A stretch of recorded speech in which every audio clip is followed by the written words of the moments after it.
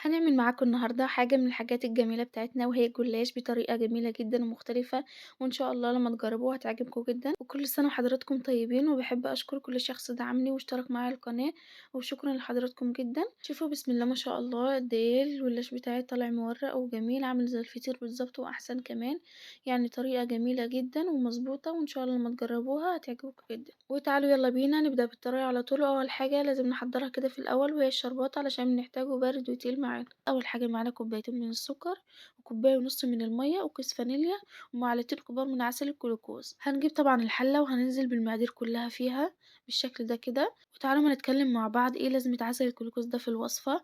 أول حاجة بيعملها ان هو بيدي كده للجلاش بتاعك لمعة كده حلوة وجميلة بعد التسوية. وتاني حاجة ان هو بيظبط كده نسبة السكر، ما بيخليش السكر عالي جامد، بيخليه كده مظبوط.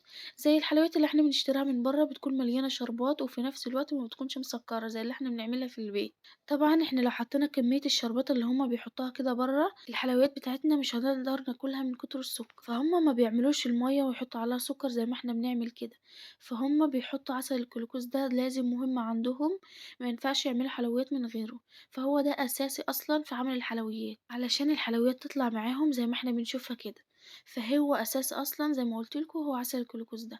طبعًا هناخد كده الحلة وهنحطها على النار، ولمّا تبدأ تغلي بالشكل ده كده هنسيبها لمدة 5 دقايق أو 7 دقايق بالكتير، وما تكتريش عن كده، وبعد كده تطفي عليها النار خالص وتسيبيها لغاية لمّا تبرد، واوعي تكتري عن 7 دقايق بعد الغليان علشان ما تسكرش معاكِ بعد ما تبرد. وبكده العسل بقى جاهز معانا، تعالوا بينا نحضّر بقى الجلاش. هنجيب لفتين من الجلاش هنفردهم معاكم بالشكل اللي حضراتكم شايفينه ده كده.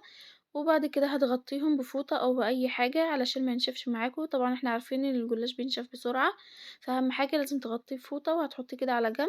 هتجيبي الصينية اللي هتدخليها الفرن هتدهنيها دهنة حلو كده بالسمنة، وبعد كده هتاخديها وتحطيها على جنب، وهتجيبي أول ورقة من ورقات الجلاش هتفرديها وهتدهنيها كده دهنة حلوة بالسمنة علشان تبقى مورقة معانا زي ما حضراتكم شايفين كده. أهم حاجة تدهني ورقة الجلاش دهنة كده حلوة، وبعد كده هتطبقيها بالشكل اللي حضراتكم شايفينه ده كده. يعني هنكشكش كده ورقة الجلاش بالطريقة دي كده، واحدة عكس التانية زي ما حضراتكم شايفين كده. طبعا طريقة سهلة جدا وبسيطة، وهناخدها وهنحطها في الصينية على طول. تعالوا بقى نعمل ورقة تانية. هنجيب الورقة وهندهنها دهنة حلوة بالسمنة.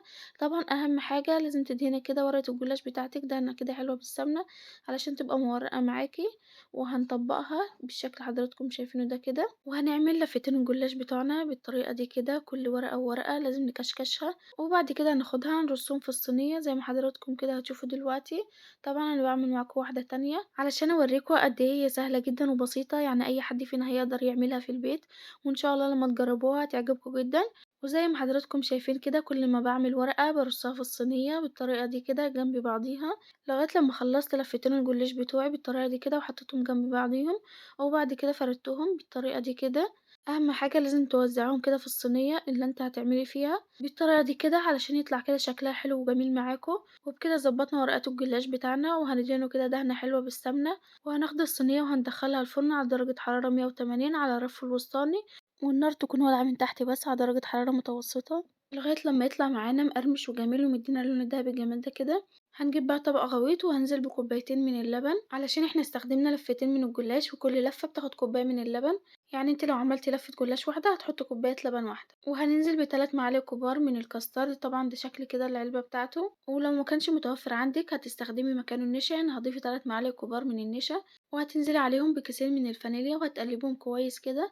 وهتاخدي بقى الخليط ده كده بعد ما قلبتيه كويس بالشكل اللي حضراتكم شايفينه ده كده، وهناخد الخليط وهننزل بيه كده على الجلاش طبعا اللي احنا لسه عاملينه. واهم حاجة لازم توزعيه كويس على الجلاش علشان كل حتة منه تتشرب كده منه. وبعد كده هناخد الصينية طبعا بعد ما سقيناها بيه كده هندخلها الفرن لتاني مرة لغاية لما التشريبة كده اللي احنا شربنا بيها الجلاش تنشف معانا، والجلاش يدينا لون دهبي كده وجميل من فوق زي ما حضراتكم شايفينه كده.